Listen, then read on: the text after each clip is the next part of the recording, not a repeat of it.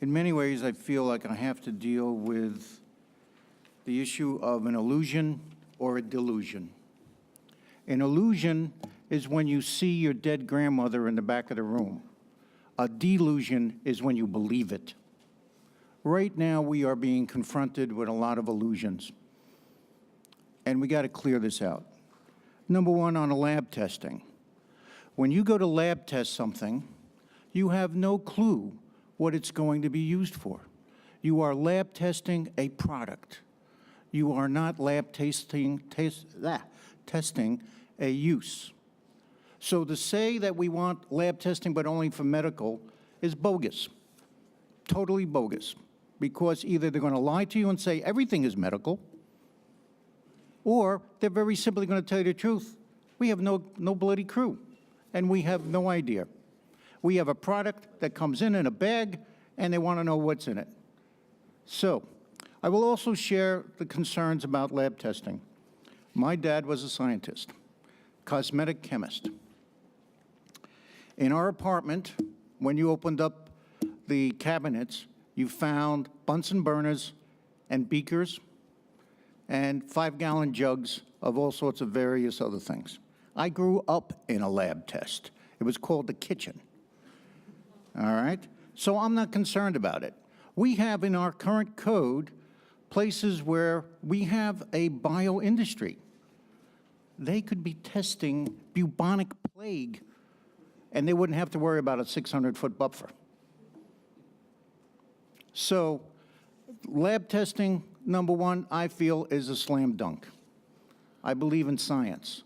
I believe it's a vital component that we owe to our residents and to our greater community, that they should know what's in their product. So that's number one. Manufacturing has much of the same characteristics. The products that are going to be used and manufactured, the manufacturer does not know whether the end user is going to be a medical user, a recreational user, or sometimes, believe it or not, it's both. You don't think that the medical users feel on occasion that they want to do recreation? Come on, guys. So again, putting a medical issue on it is bogus. It is a very political thing. And if we want to talk about politics, then yes. But that gets us into the third part, where we try to look into the mind of the voters, which was brought up. Except we did look into the mind of the voters when we did our poll. What happened in our poll? There's two parts to our poll. In the first part, we asked a bunch of questions. One of the first questions we asked is whether you were for or against marijuana. Well, not surprisingly, 30% said, eh, and 62% or 68% actually in our poll said yes. And then we asked them a question, which is, of the whole group, if the Concord City Council and the police department agree on a location for medical marijuana dispensaries in Concord, would you support or oppose that decision? Now, that's of the whole group. Guess what? 68% support. Now, then we get to play with what is in the mind of the voter. Now, you will recall that the question is, what is in the mind of the 62% of the people who voted? Remember, that is what you're asking. And then they were saying, well, gee, we don't know what they want. Except when we did our poll, we asked a very simple question. We asked a set of questions about where you would want it to be. And guess what? We separated the answers by those who were voted for yes and everyone else. So this is a way we look into the mind of the 62% who voted. And what did they say? They said, oh, put it in an industrial area. Yeah. Put it in downtown. Yeah. Put it in local shopping areas. Yeah. Of course they're not going to put it in residential areas. What, are we all stupid? Put it near the police department. Overwhelmingly yes. So again, The discussion about we don't know what's in the mind of the 60% is false. We do know. We asked, we got their answers, and their answers was, yes, we want it in Concord, and we want it in specific places in response to what we asked. We know that the medical is, the issue of medical is bogus when it comes to lab testing or manufacturing. Likewise, distribution is warehousing going to other stores. Does the distributor know whether his Acapulco Gold is going to be used by someone with one eye and a crippled leg and a bunch of other stuff, to arthritis up to yin-yang? No, they don't know. So to put it in, to say that we're only going to do A, B, and C for medical is, to repeat the word, bogus. Now, we're not talking about the finances, and I will quite confess, to me it's not a financial matter. I think I'm the only one on this dais who doesn't drink alcohol. I will not close their liquor stores. I am probably the only one in this building that is medically allergic to marijuana.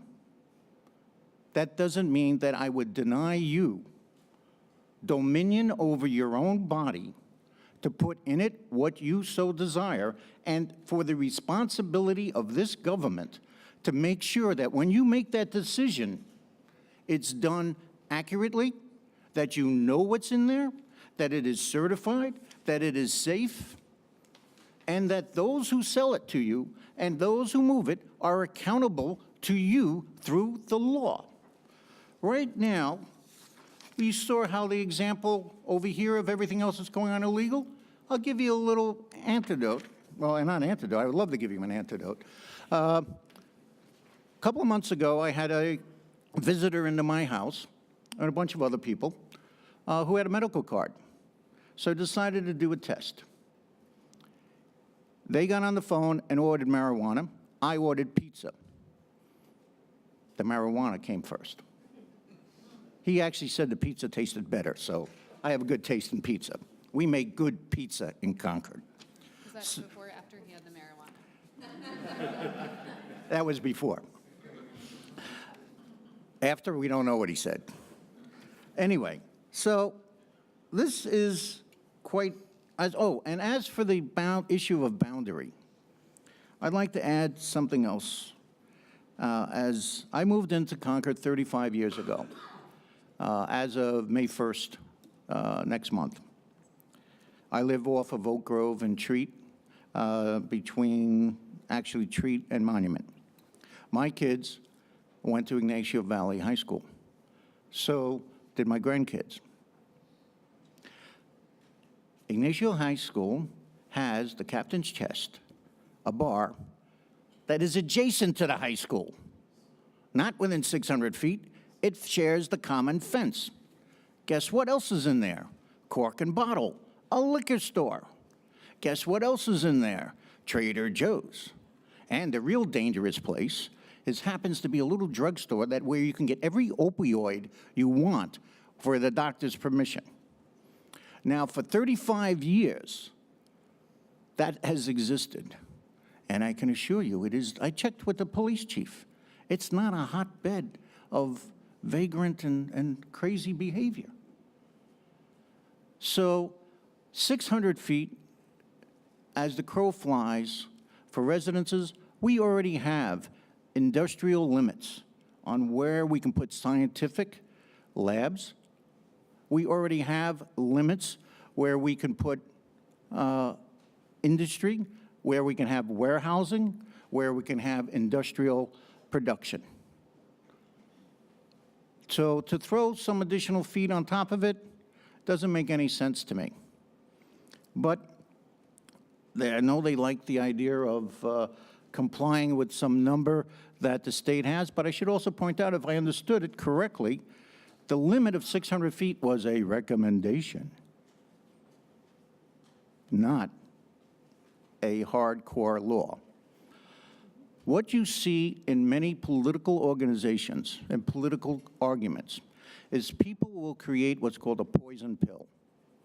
They will expand, let's say, a buffer zone. This was actually done in Martinez about 6 years ago, I think, where they said, okay, we can have this. And then they made a buffer zone of 1,000 or 2,000 feet, and they listed all these places. Basically, what they did is they knocked out the entire city of Martinez for what the product was. But they could say, we passed it. This is politics.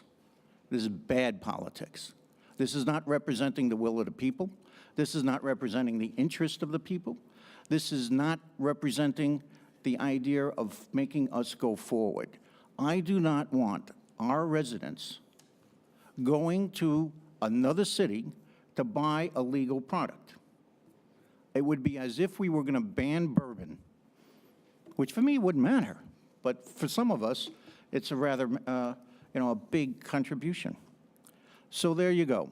That's where I'm standing, and now I'll bring it back to the group, and we'll find out if we're in illusions or delusions. Thank you. Laura. Yes, thank you, Mr. Mayor, for your comments. Just been running a little tally here on the